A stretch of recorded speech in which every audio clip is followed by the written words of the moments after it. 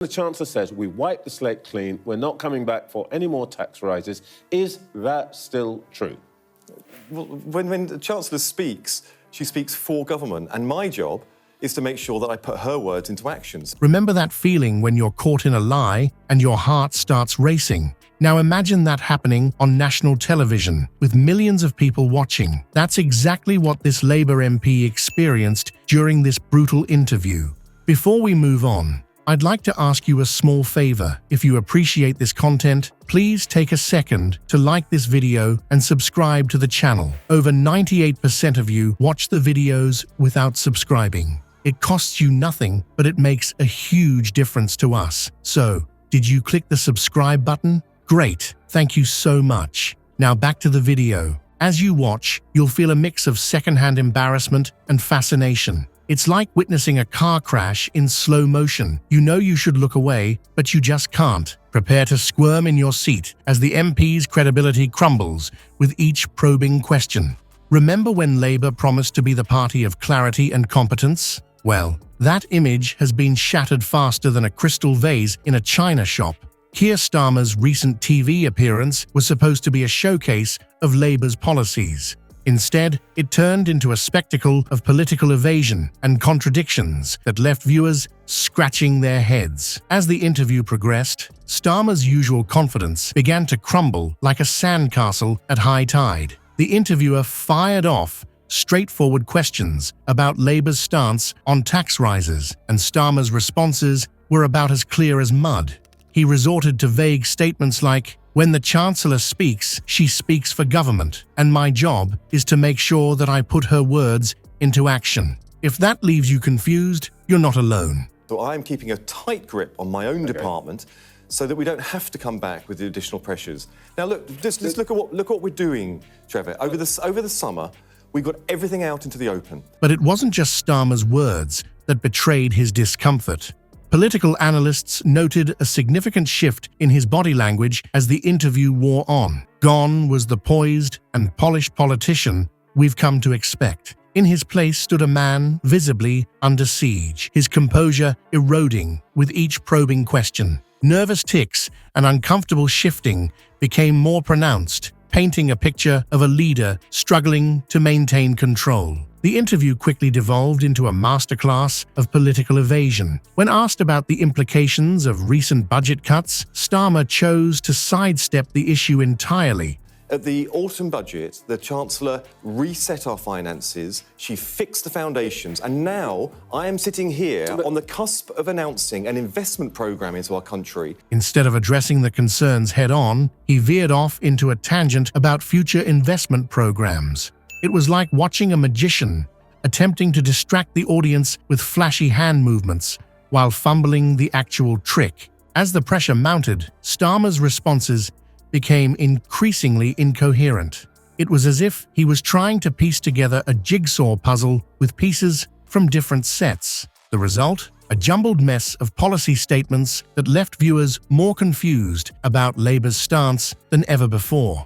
But Starmer wasn't the only Labour MP to face the heat. In a separate interview, Lisa Nandy found herself in hot water when confronted by Martin Lewis about winter fuel payment cuts. Lewis presented damning statistics from Age UK, stating that 4 in every 5 pensioners living below or just above the poverty line will lose the winter fuel payment under planned benefit cuts. Nandy's reaction? She looked like a deer caught in headlights, struggling to formulate an effective response. These performances have not gone unnoticed by political commentators. Many have pointed out that Starmer's contradictory statements during interviews have led to a perception of Labour as indecisive and lacking a clear policy direction. It's a damaging blow to a party trying to position itself as a viable alternative to the current government.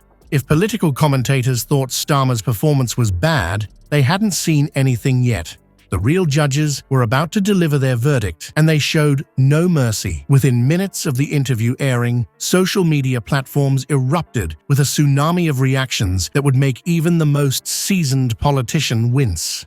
Memes and GIFs spread like wildfire, highlighting the public's immediate and visceral response to Starmer's fumbling attempts at clarity. The court of public opinion was in session, and it was brutal. Every stumble, every non-answer was dissected and ridiculed mercilessly. Political analysts noted that the public's response on social media was particularly harsh, creating a perfect storm of criticism that resonated widely across platforms. Trending hashtags and viral posts dominated the conversation, turning Starmer's interview into a digital spectacle of epic proportions. What made this online firestorm particularly noteworthy was its reach beyond the usual political battle lines. Even traditional Labour supporters expressed frustration with Starmer's performance, indicating a broader discontent that transcended typical party loyalties. This wasn't just a bad day for Starmer, it was rapidly shaping up to be a potential turning point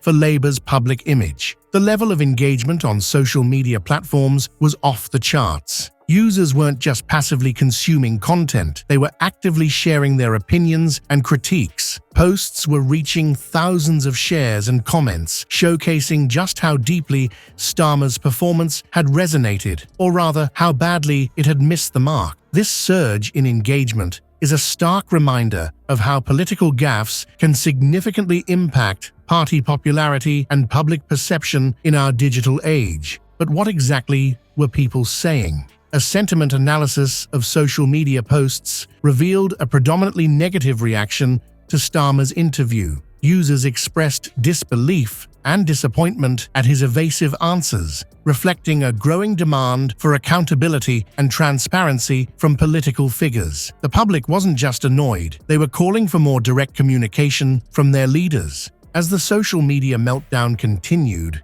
it became clear that Labour couldn't simply wait for this storm to blow over. The online backlash forced the party into damage control mode, scrambling to address the fallout from Starmer's performance. Labour officials found themselves actively engaging with the public, attempting to clarify party positions and mitigate the negative sentiment that had taken root online.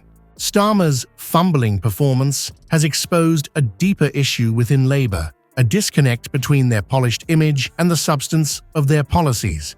This incident serves as a stark reminder that in today's digital age, politicians can't hide behind rehearsed sound bites. The public increasingly demands authenticity and transparency from their leaders. Media performances significantly impact voter trust, and audiences often equate a politician's ability to handle tough questions with their competence in governance. Starmer's struggle to communicate effectively during this appearance may have serious consequences for Labour's credibility. It's not just about answering questions, it's about demonstrating the ability to lead under pressure. As voters, we must remain vigilant and critical, questioning not just the opposition, but also those who claim to represent our interests. If politicians can't engage coherently in a simple interview, how can they handle the complex challenges of running a country? This incident should serve as a wake-up call for all political figures. In an era of instant analysis and social media scrutiny, substance must match style or risk losing the public's trust entirely.